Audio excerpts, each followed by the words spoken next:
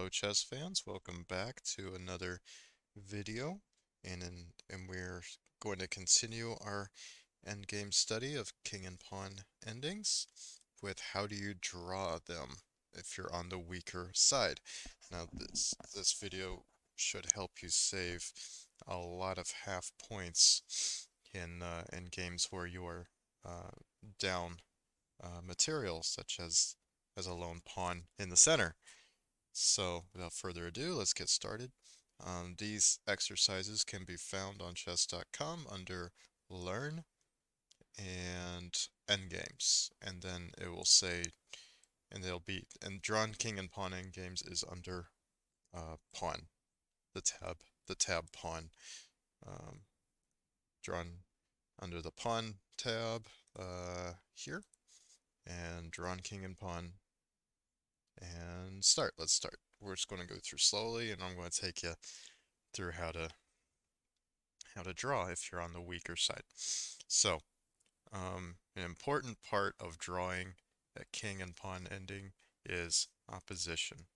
As I take the opposition here, black shifts over a square because he can't do anything else.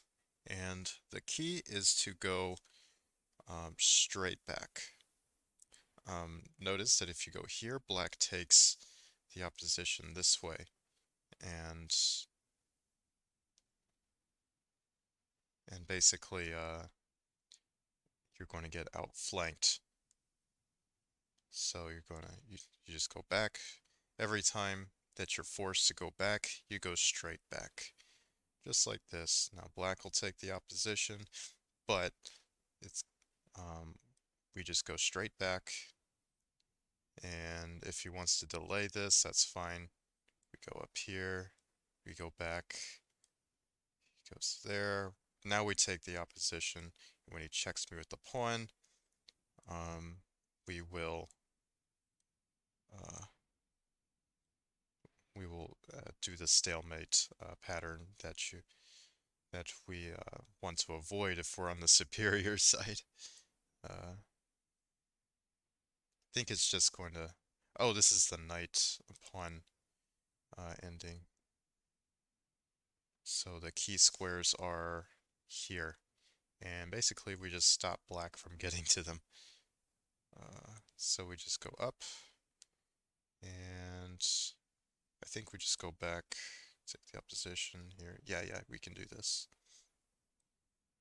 Just has to calculate a little bit every time we go straight back.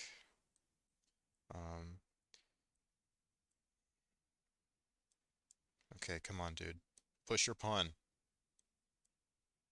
Okay, there we go. It's progressing slowly. Slowly but surely.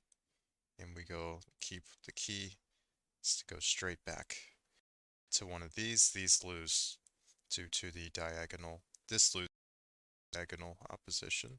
This loses due to direct opposition. So it's really important to know key squares, and it's really important to know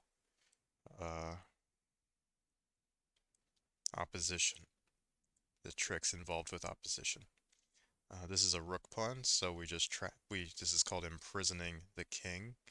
In this case, we are going to get to the key squares first, and we take the corner and we win. And we just go back and forth. There we go. Some of those endings we actually go over earlier in this video series, but that's okay. It's good to review them. Yeah, here we just go straight back every single time and take our stance in front of the pawn, and then we go straight back.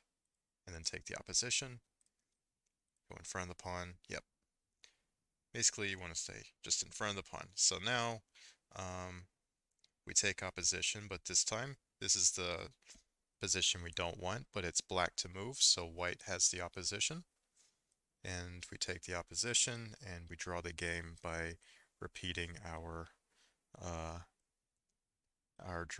stalemating idea.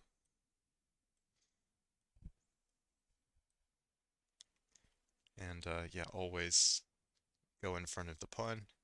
I think you can go king f1 too.